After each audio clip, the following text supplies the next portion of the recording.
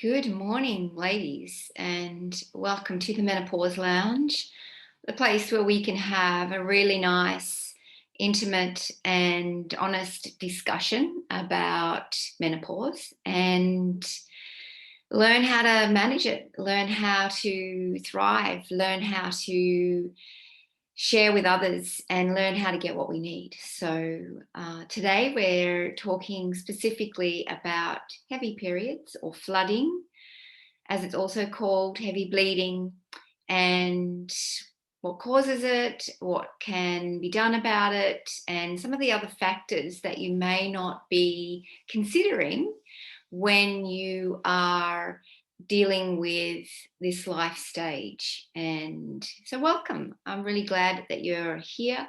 Just to know that this is not medical diagnosis. This is educational only, and you will need to go and see a health professional of some kind, multiple kinds potentially, so that you can get your needs met. All right, so let's just have a little bit of a chat about this stage, because it's really something that our mothers and grandmothers didn't really tell us about. And from my experience of researching now into menopause for a couple of years, the level of general knowledge around menopause is extremely low. So we're entering this really difficult phase of life, unprepared, without any expectations of what's about to happen, and therefore no tools, no coping mechanisms for dealing with it. And everything's changing. So, like the leaves in autumn, things start to change. For some, it's early 40s, for others, maybe mid 40s, but definitely by our late 40s. We've already noticed several things starting to occur. The periods have started to change. Maybe our energy levels have changed, maybe our weight has changed. So we start to put on potentially late 40s, maybe even actually into the 50s if you're of more of that age range in that whole perimenopausal time.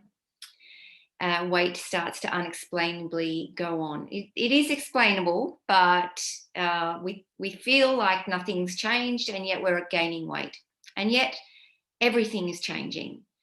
So other things that are occurring is our symptoms can come up, these new symptoms of perhaps anxiety or sleeplessness, and so on. Really, quality of life changing symptoms that are difficult to know what to do about and difficult to shift.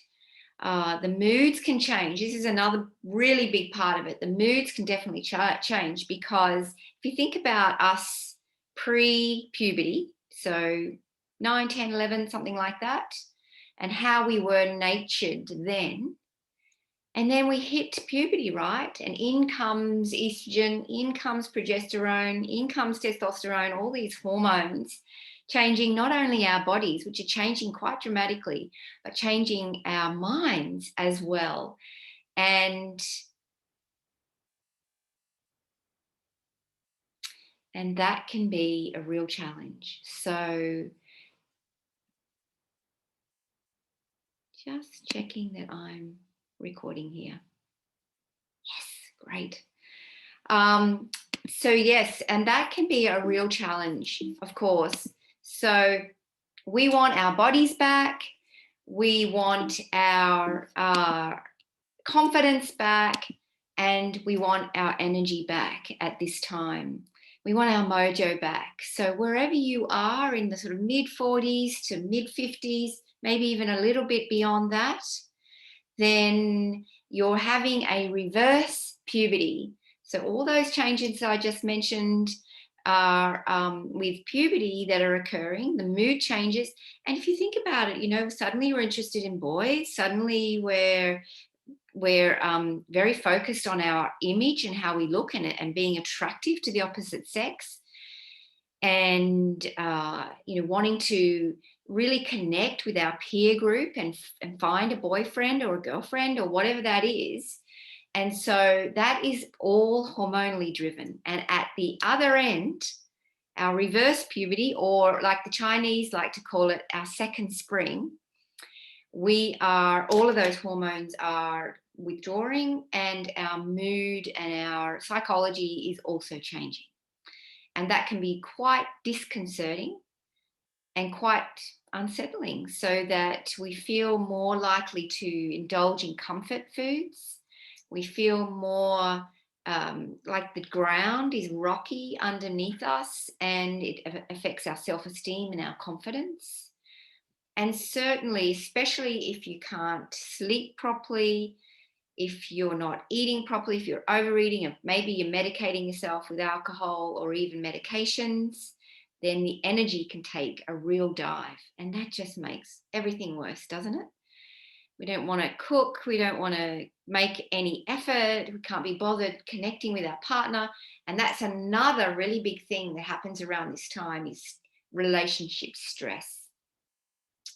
The friction between us and our partners can become quite intense. And in many cases, it leads to relationship breakdowns. And it's not a necessity, but it's often the case that the woman in the mid 40s, late 40s, and early 50s is also on top of the stress of that age, on top of the stress of menopause, and on top of all of that, then we get relationship stress as well. It's a really difficult time with all that changing going on. And then, of course, there's the endocrine challenges that are happening, the biological changes that are occurring. And for many women at this stage of life, they've taken on quite a lot of responsibility. So it's the time of life to start your own business or become more valuable in the workplace. And often there's more responsibility associated with that. Our parents might be aging. We might be looking after aging parents. Also, we've got teens or young adults who are requiring quite a lot of patience and understanding from us, and who can be quite challenging. And so it's a pressure cooker time. It can be really hard. So if you're struggling at all, then that's why. It's a lot. And navigating through midlife and through menopause takes some getting used to, and takes some strength and resilience. Naturopaths like myself, we recommend that in your early 40s that you are preparing yourself. But of course, we aren't told that. We don't know what to do. But certainly adrenal health is one of those things that's going to be very important. All right. The key thing here is to understand the emotional things that are going on, the emotional challenges that are going on, that we're angry, that we're depressed, and that we're exhausted. Angry because life is changing and it's difficult and we don't know what's going on. Angry because estrogen is a very placating hormone. It's a very protective hormone, and it, as Dr. Christiane Northrup talks about, it lowers this veil over us that makes us very compliant. And with the withdrawal of estrogen and the hormones that go with it at midlife and at menopause, that kind of regulating effect disappears, and suddenly we can have rage, we can have these outbursts, we can have these impulses to hit something or kick something, and it's all very normal. Depression, because often what tends to happen is that we suppress our anger, we suppress our sadness, we don't let ourselves cry, we don't let ourselves get angry, and suppressed emotions can lead to depression. There are other reasons that depression can exist, and that has to do also with your biological health. So gut health affects our neurotransmitters and our mind and our moods, along with the certain nutrients, adequate proteins required for brain health. Other things going on like stress and thyroid health, thyroid and depression are linked, and so on. So it's really worth investigating what might be the underlying causes of your low mood. If you are considering taking medications, nothing wrong with medications, I highly encourage it, but often not the first step that we want to take. We want to look at potentially some other things before it gets too serious, and that might be going on with the body if we only knew what was going on with the body. And then exhaustion, of course, I've already talked about. So part of that mental picture of menopause, angered, depressed, exhausted, and that is just, we're just running out of steam. We need a lot of fuel on the fire to withstand the pressures that are happening and unfolding for us at midlife. And, you know, it's also a time where being the gung-ho, do everything for everyone woman, you know, that kind of being that we are, that kind of woman that we are, really needs to come to an end. Not that we give up on everything that we're doing, but there's a lifestyle change occurring. There's a life status change that's occurring. We're moving from being a reproductive woman through this messy kind of transition and into the next stage, which is wild woman. And then following that is the wise woman. So this wild stage that we're in for a little while can be beautiful and wonderful and fantastic. But going from reproductive to wild there's this process that is exhausting and difficult, and because we don't have a lot of role models or a lot of understanding of what's going on, which is my mission to do something about this, to educate you on why this is happening to you and what you can do about it, it can be an unknown and overwhelming, and that can be anxiety producing as well. So anxiety also. So of course, I want to bring your vitality, your radiance, and your well-being back. That's my purpose in life. And as a naturopath, I'll just introduce myself. I am a naturopath. I've been a naturopath for 30 years. About 15 years ago, I added in life coaching. So I do a lot of behavioral change coaching with women, and have moved now more into spiritual healing. So with aromatherapy tools and healing techniques and the art of feminine presence, I package up all this mind, body, and spirit wisdom into now what I do for myself and for others. And my own story of menopause was quite cathartic, quite life-changing. I had a reasonable amount of physical health.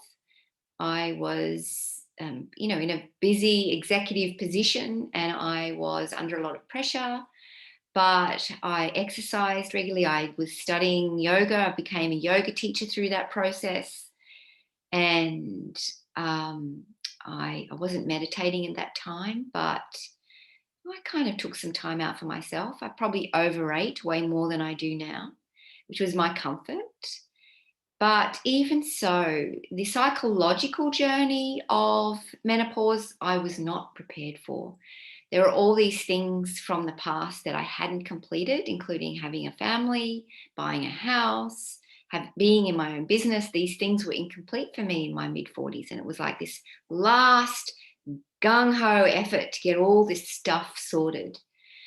Unfortunately, none of it really did. The more I forced it, the more it didn't really work. And so by the time I got to 50, I was absolutely gutted. I was absolutely empty, absolutely drained of, not just physical energy, that went as well, but in those sort of existential moments, it was very dark for me. It was This is the dark night of the soul. This is the hero or heroine's journey. This is not good. And I hit real rock bottom.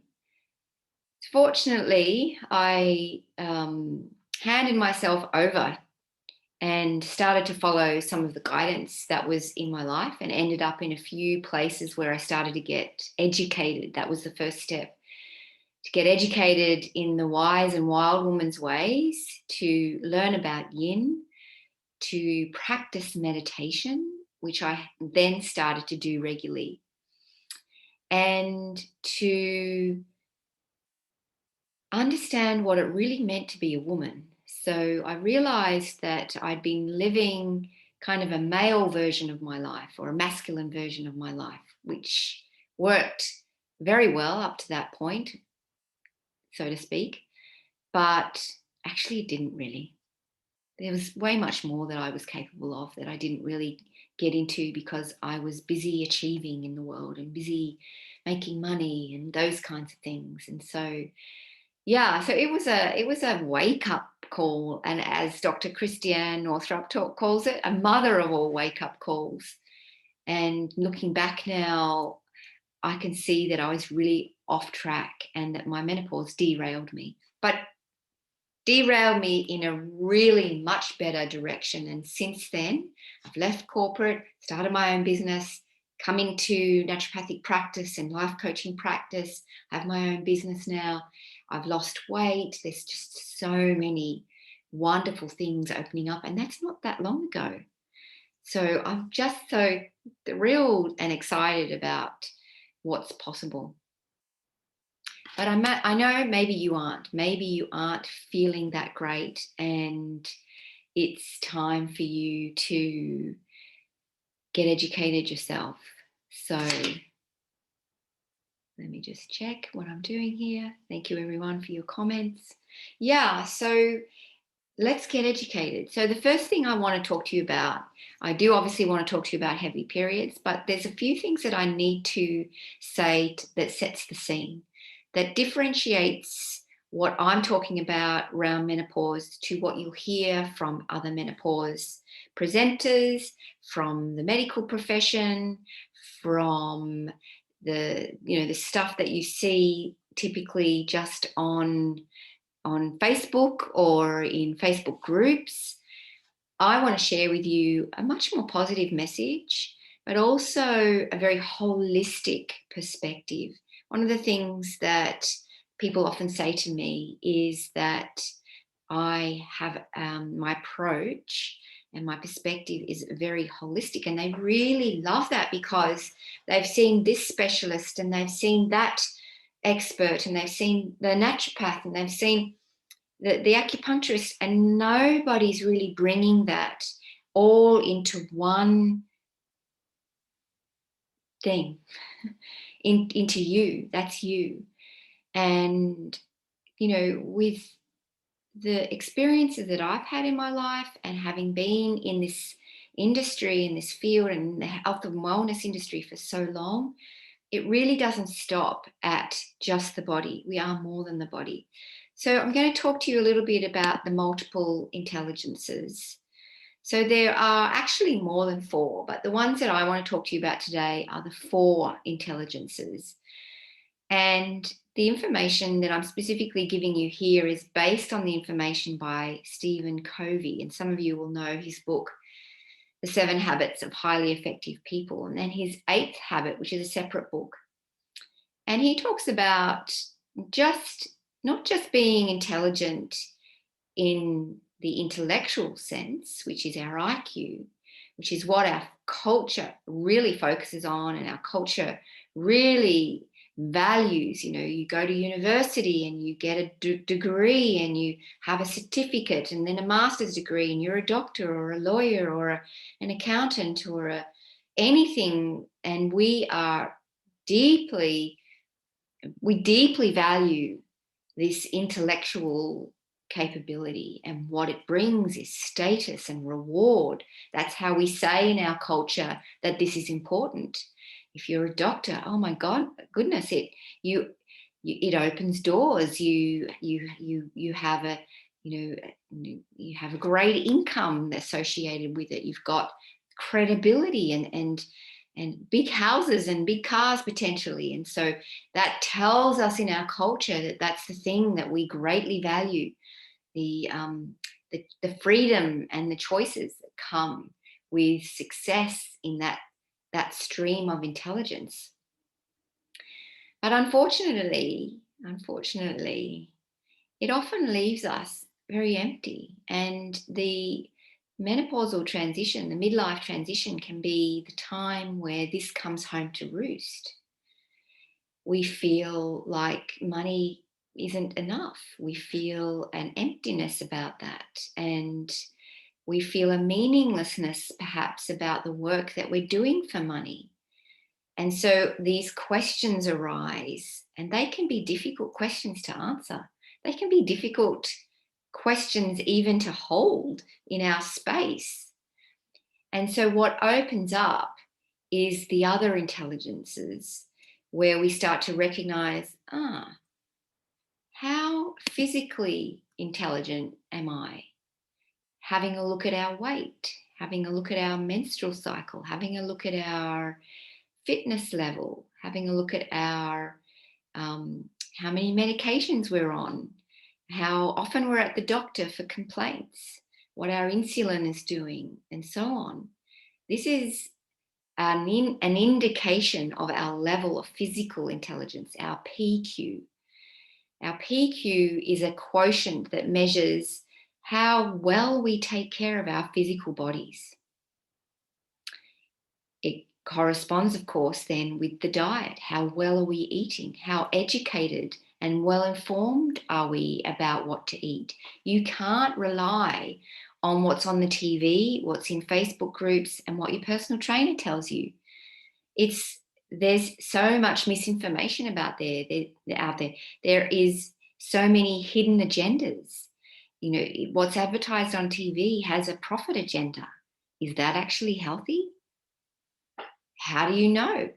You have to become educated. You have to get informed. You have to read books. And then even then, you have to question what's behind that? What's that agenda?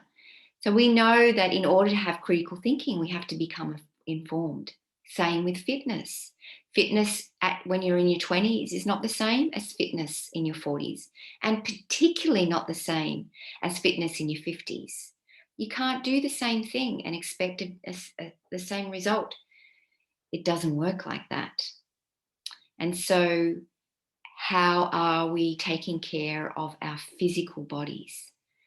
Largely our fitness, our sleep, our diet and nutrition, which is reflected in our weight, in our organ health, in our bowel health, in our brain health. These are the red flags. They're telling you, your body is talking to you and saying to you, I haven't been a priority in your life. You need to do something. And so this is where we want to cultivate physical intelligence and do the work to become informed. So what else is there? We've talked about IQ. That's the one we're familiar with. How many degrees have you got on the wall? Here, let me show you mine. I've got a few. I had very strong intellectual intelligence. Here, look. There you go. And that is now my brag wall, but is also oh my goodness, I didn't have it all lined up, and I still don't. There's still things to get, but intellectual intelligence isn't everything. The next big one is EQ, and you've probably heard of EQ because it relates to our emotional intelligence. How old are you? I don't mean biologically, your physical body. I mean, how old are you in your head, in your emotional intelligence? Do you roast people? Do you sit on people's tails when you're driving? How much grace do you have or not have? How much patience do you have or not have? How much responsibility are you willing to take? How much blaming do you do? Is it always everyone else's fault and never yours? And so EQ at midlife, it's time, because really at about 50 is when we grow up and become an adult. I know we think it's 21 or 18 like that, but it's not really. It's 50.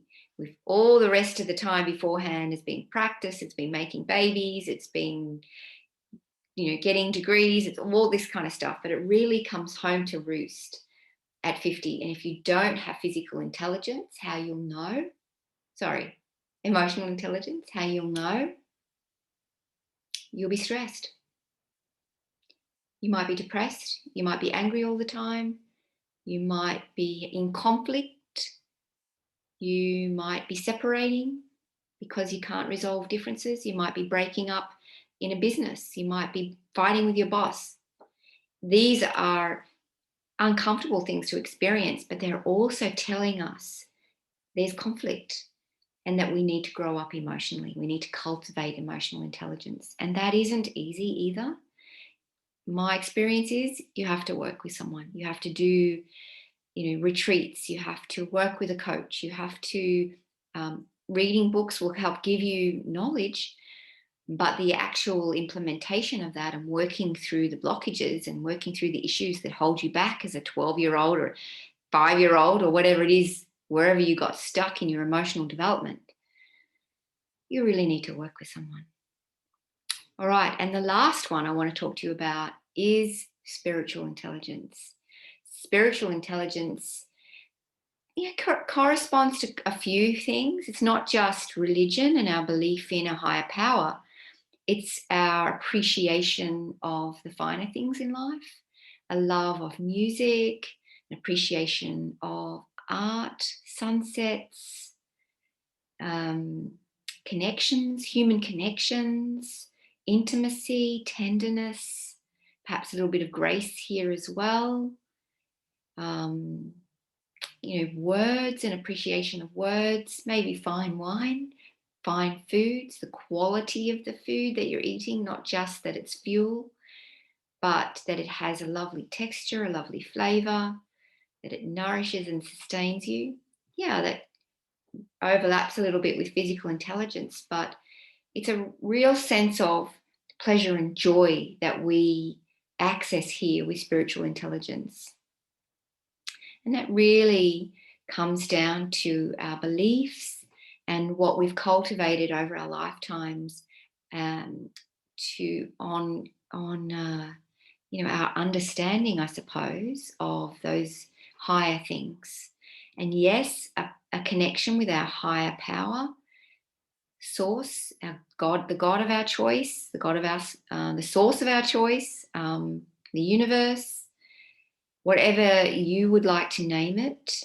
That relationship that you have with that is absolutely critical, because that relationship is reflected in various other relationships in your life. And if it's not healthy and functional, it will show up in the areas of your life with conflict, and in particular, your relationship with yourself. So if your self-esteem is low, your self-worth is low, if your self-hate is high, then these are the things that indicate relationship issues. And relationship issues relate to all of the intelligences, but particularly this spiritual intelligence. And working on that can be very rewarding. All right, let me just check the time. How are we going for time? Great, right on time. Okay, so what's next? I'd like you to assess your intelligence. Go on, just take a moment, grab a pen. What would you estimate is your PQ? It represents 70 trillion cells in our bodies. Those cells that fight disease and digest your breakfast. Give yourself a rating out of 10. Write it down on a piece of paper. And go with your first thought. Go with your gut instinct. Don't rationalize it or, bring it up. No one's going to see it. Just be honest. IQ, you want to just really leave that one out for the moment, because we aren't really evaluating your IQ as far as, the intelligence scores go and so on. So let's come down to emotional intelligence, the sensing and wisdom of the heart, and how to deal with uncomfortable emotions. How grown up are we in our dealings with people? Give yourself a rating out of 10 and put that number down next to your PQ number. And then spiritual intelligence, having to do with meaning, purpose, and integrity around your selected value system, your own value system, not anyone else's, and your believed source, the God of your choice. How are you doing in that regard? Spiritual intelligence. Give yourself a rating out of 10 and put that one down next to the PQ and EQ. And then I'm going to ask you to add it up, because when combined, when you have all of these, and I'm assuming your IQ is reasonably developed, but when you start to add in and increase and balance out your PQ, your EQ, and your SQ so that you're balanced and constantly rising with your own personal development and growth, changes not just the world, but your world hugely. All right, so let's have a look at the scores. What's your score? What did you add those up to? And out of 30, what is your score? Well, if it's less than 5, you're not really happy right now, and I would call it an emergency situation. I would call it urgent. And, you might even need to get yourself to a doctor to be assessed and reviewed, either physically or emotionally, because, that's not a great place to be, and you need assistance.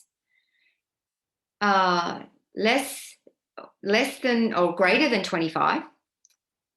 I had to think about my signs there. Greater than 25, you're an absolute star. Absolutely well done. And if that's combined with great IQ as well, then you don't need this webinar. And then there's 6 to 24, that in-between section. That's the opportunity. That's the opportunity for you to work with yourself and grow those intelligences so that you can bring back harmony and balance into your life. Well, speaking of harmony and balance, we're going to talk specifically about heavy periods, which I wanted to give you that background, because those periods are not just, heavy periods or heavy bleeding is not just a uterus problem. It's not just a hormone problem. We're part of a whole package. We're a big deal. We're a whole deal. And there are things that go on that affect those hormones. And we want to understand those so that we can not just plug up a hole, excuse the pun really, but harmonize the body and bring us back to status quo, bring us back to homeostasis, so that the periods aren't just in balance, but everything's in balance. And in my experience and in the research that I've done, that heavy periods at menopause, they're usually a fairly brief moment where we go through this heavy period phase and then it ends. It may occur a couple of times for some women, but usually it's temporary and reasonably short-lived. So I want to encourage you not to go for the most radical treatment first, and that would be a hysterectomy. There are, and in all the resources, not just me saying this, not just naturopathic medicine saying this, but doctors also saying this, there are multiple options before you get to that point. And then if that is the case, it has to be done, then fine. But I encourage you to explore all of the gentler options first. So what causes heavy periods? Adrenal health.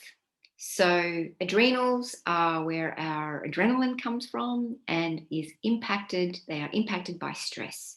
So when I'm talking about adrenal health, I am talking about how well you manage your stress. Because when you study the stress hormones and the process of the body producing stress hormones, that's also tied up with the production of reproductive hormones and the production of thyroid hormones. It's all managed by the pituitary and the hypothalamus. And so if you're stressed constantly and not handling it very well, that whole endocrine system will be potentially out of balance.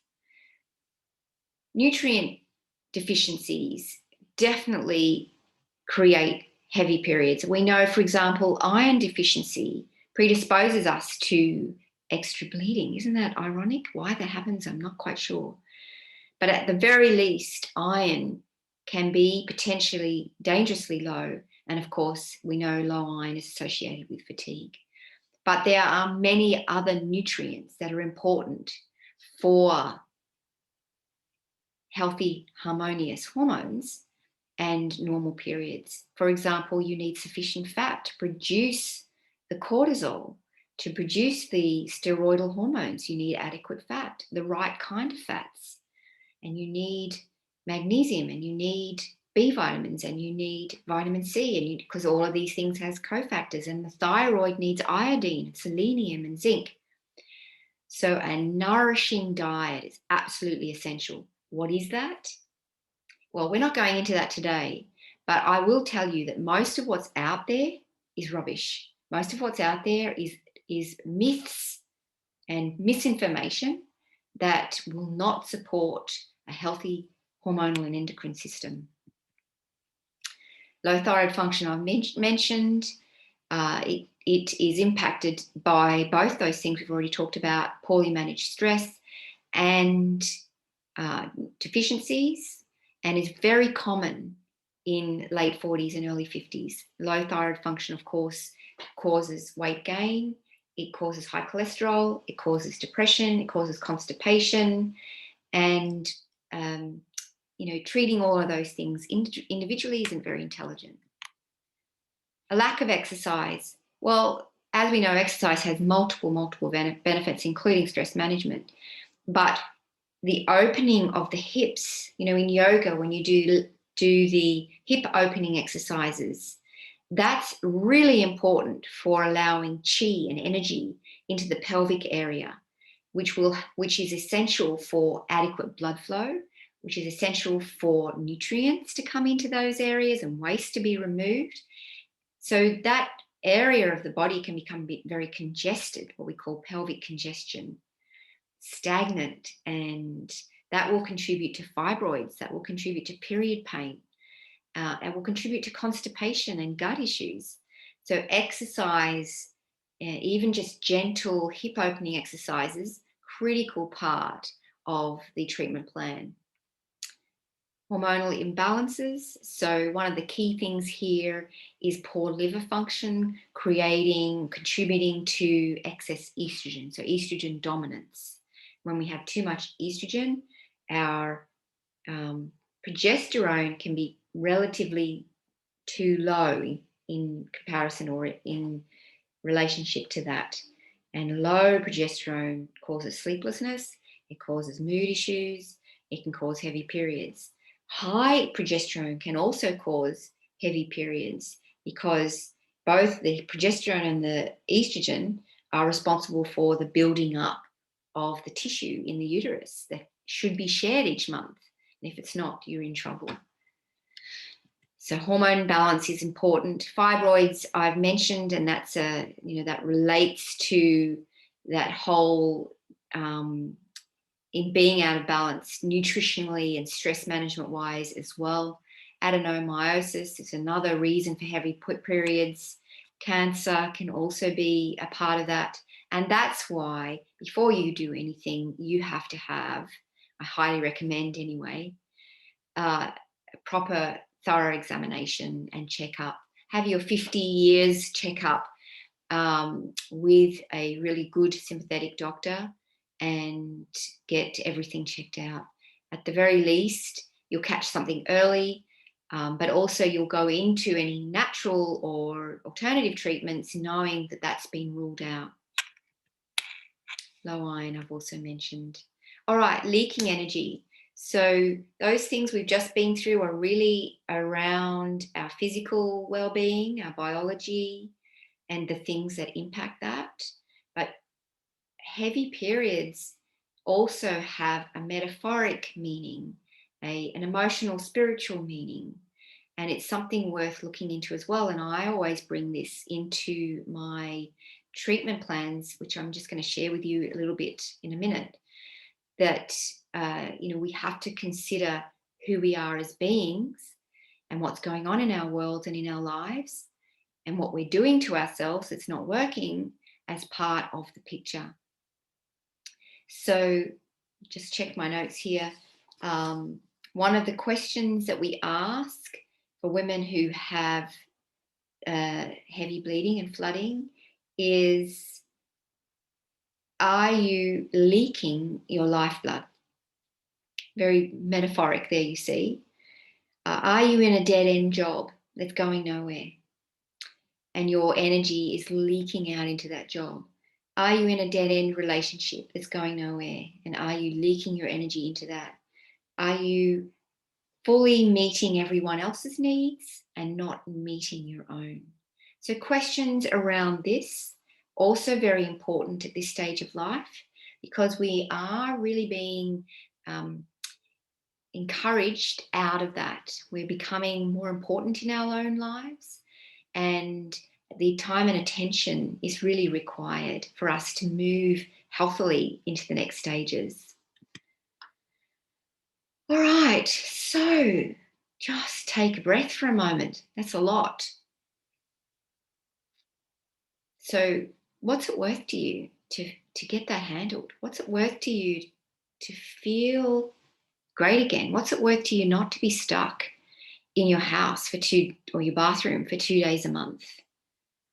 What's it like to feel more physically and emotionally connected to your body and have it functioning well?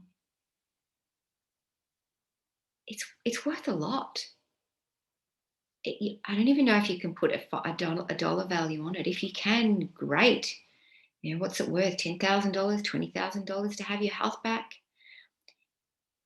But the emotional cost, the cost of being miserable, what's that worth to you? And I don't even think we can put a dollar value on that.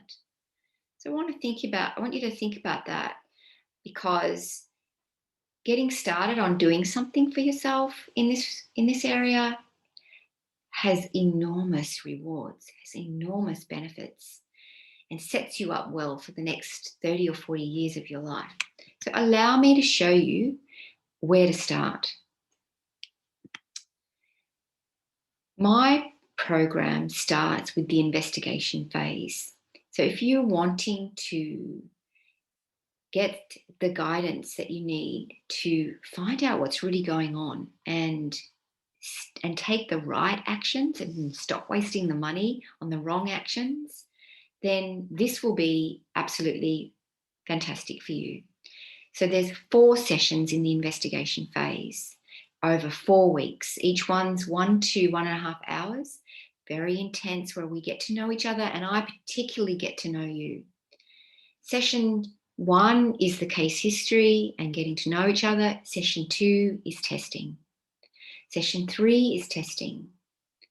Not just my in-clinic tests, like I do here, the live blood analysis, I do the body composition analysis. I'll have a look in your iris to see your constitution and your genetic history, but also outside testing, gut parasitology, all your blood tests from your doctor. We get those sorted for you so that we have good, solid information in directing you where you want to go. Because there's no point, putting you onto a massive program when we don't know what we're doing. 4th session is I put all that information together for you and create this beautiful report and plan. And in it, I'll include some photos, your iris photos and your blood photos, and you get to keep that. By this time, we've worked through a few of the issues, you've implemented a few strategies, and you're already just starting to feel great. And at that point, we look at what's next for you. But let's keep it simple. This package is called the Vibrant Health Essentials package, and it includes your personalized assessment of your individual health status. Very intensive. It includes a comprehensive understanding of your physical, emotional, and spiritual well-being. Yes, I do assess you for emotionally and spiritually as well. You get your documented test results. You get an individualized, strategic, step-by-step, achievable plan for getting the results that you are after. And I talk to you about the options that you have for doing that based on any budget and any location. So it can be Sydney-based, or it could be around Australia, or indeed around the world. It's predetermined price, so there's no surprises, and it's economical, especially if you think about the amount of money that you can waste on just buying the wrong supplements from the health food store all the time. Just checking our time. Great. So what is that predetermined price that helps us take the first steps to our transformation? Because I don't promise you just normal periods. I promise you transformation. Well, within the guidelines, of course. Valued at over $1,200 and more if you think about those costs that we can't even evaluate. Normal price is $697. And for 48 hours only, whenever you're watching this video, or if you book in for sorry, let me just clarify. When you're watching this video, or if you're watching right now live, you have 48 hours for this special to be valid, and that's the $597. So get in touch with me to book a Passage to Power session, and I'm going to give you the details for that in a moment, and show me that you have watched the video, and I'll offer you that $597 option.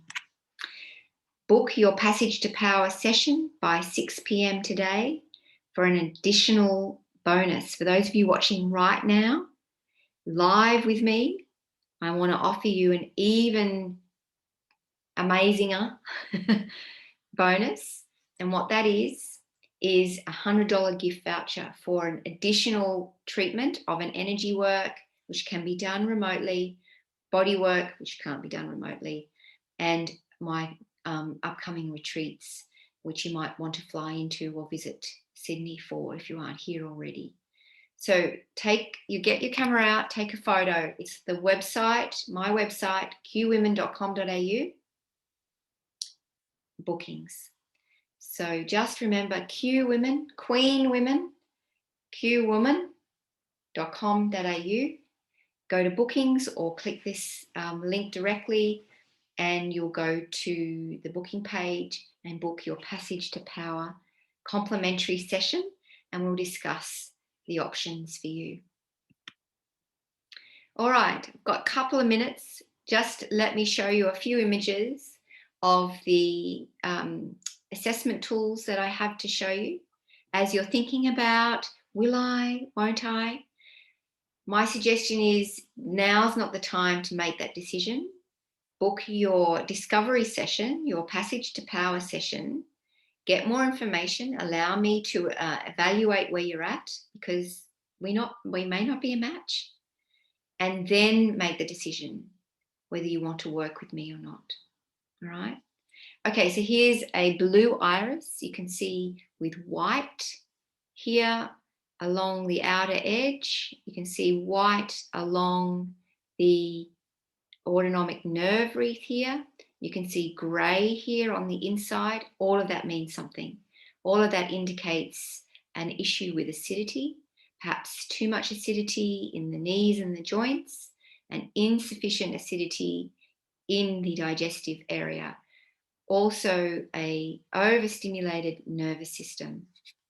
So very helpful seeing the iris. Here's a brown iris instead. You can see that same basic dynamic. The inside here is brown instead of the blue, but you can see these lines indicating stress is going to affect this person's digestive system quite significantly. And certainly these ones here, that can affect the brain as well. So potential here for brain fog and other brain symptoms. I think this iris is being doctored as far as colours go, but you can certainly see these rings here. This is a genetic tendency to an increased requirement for magnesium potentially, and tension, an increased possibility of tension in the body, particularly tense shoulders, tense gut, that kind of thing. Here's a report from the body composition. So you'll get your details entered, weight, fat mass, active tissue mass, and so on, measured and evaluated so that we can get you a baseline on what's required as far as your weight and your cellular health goes. It's not just weight. It's health first, weight second, because if healing the body and getting the health sorted, heavy periods normalized, your energy great, your sleep great, it's going to have a massive impact on weight. And finally, some images from live blood. And these are actual images from my clinic. So on the left here, we have live blood images showing you red blood cells, which are these kind of bluish, with a white membrane. That's the red blood cells, and then the white blood cells that are darker blue, richer blue, with the darker spots in them. This is a white blood cell, and there's a lot more that you can see. And then on the right hand side, you can see the dried blood, and we have our indicators of things that are out of balance. It's not diagnostic, doesn't diagnose anything. We'll leave that to the doctors, but it gives us a very good indication of what's going on in your terrain, in your body, and then we can get that backed up with medical intervention if required, and certainly it helps guides our naturopathic intervention as well. Which foods should you eat more of? Which foods should you eat less of? Should you lean more towards vegetarian? Should you lean more towards meat? Are you acidic? Do we need to, etc., etc.? Very, very, very helpful. All right, that's it. That's it. Thank you so much for your attention, everyone. Remember, you've got the 48 hours to book your discovery session through qwomen.com.au and book your Passage to Power session. And I look forward to having a conversation with you. It starts with a conversation, starts with getting your questions answered, and it starts with really you going, you know what, I'm done. I've had enough. I'm sick of being miserable. I'm sick of being hot. I'm sick of being in the bathroom 2 days a month. And I'm going to do something about it. I would love to be your supporter in that. And I look forward to hearing from you. Have a wonderful day, everyone. Thank you for your attention and your time.